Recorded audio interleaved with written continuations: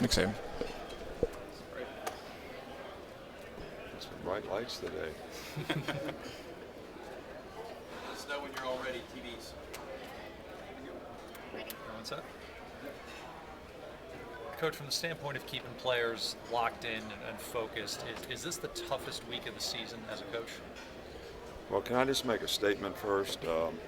First of all, we've been partners with the Monday Morning Quarterback for a long time here in Birmingham, relative to Children's Hospital, and always look forward to coming back to this. And this is a great event for the community, and it's a great event for children, and we're glad to be a part of it.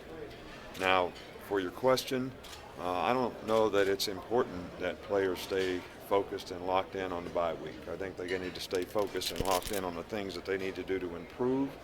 We want to clearly define the things that we need to do better on offense, defense, and special teams, and what players themselves need to do individually to improve, and that should be the focus this week. I think, obviously, our season will be defined by how we finish, the season. And I think the thing that's going to affect that the most is how do the players improve. We saw Josh Jacobs limping in the locker room with the trainer at the end of the game. Do you have an update on him? Well, he just got an ankle, and he probably will be in a boot for a few days, but he should be okay. How do you divide the week up between game planning and working on fundamentals? Game planning, yes, but look, guys, we spend time on the rest of the season this week. All right, so I know the LSU game is a big game. It always is, and we certainly have a tremendous amount of respect for the way they're playing now.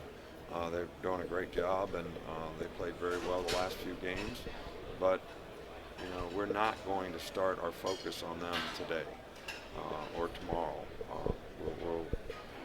Players seem to do well when they're in a rhythm for the routine of how they get ready for a game, and we don't usually change that relative to having a bye week. We saw Josh and Bo using that kind of like pistol formation. What do you like about that formation?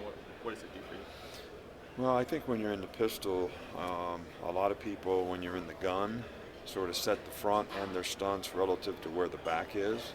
I think when you in pistol formation and the back is behind the quarterback, that's not possible to do. So the defense kind of declares itself, and then we can try to get ourselves in the best play because you can run equally in each direction. What's the latest on Deshaun Hand? Do you expect him to be back in practice this week? Deshaun will be working out all week. We do expect him to be able to practice and see how it goes to see if he's ready to play in the next game. When you're working on fundamentals, what are the areas you specifically want to work on the most this week? Well, I think we define that for every position. I don't think we have a position or a player who does not have something that they need to focus on.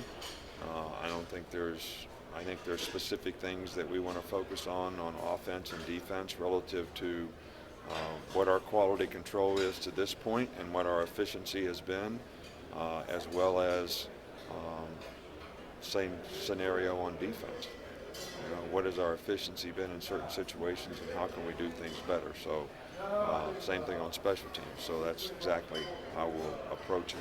In this bye week, what's your plan with Jalen and even just kind of developing him even more? You had one of the bigger passing games I've had all season this last week. Well, we'll continue to try to improve our passing game, our third down efficiency, our play action drop back passes, as well as some of the run pass options that we have. I think all those areas could stand a little cleaning up, and we'll certainly want to try to do that, this week. A couple more. Did you happen to see Eddie Jackson yesterday, and if so, what was your reaction given everything he overcame? Well, I didn't really see him, but I was happy I saw it on, the ticker at the bottom that he had 2 75-yard touchdowns, 1 fumble, 1 interception. And that's the kind of plays Eddie always seems to make, and I was really, really happy for him. But I guess we had quite a few guys, OJ and some other guys, and Dante played well, I guess, and heard a lot of positive things about a lot of our players in the NFL yesterday. The extension of that for the program, how important is that in continuing to bring players in when you see them have success at another higher level? Well, I think the fact that look, we want to help our players develop as people. We want to help them develop as students. We want to help them develop careers, as football players as well as a career off the field. So they're all important.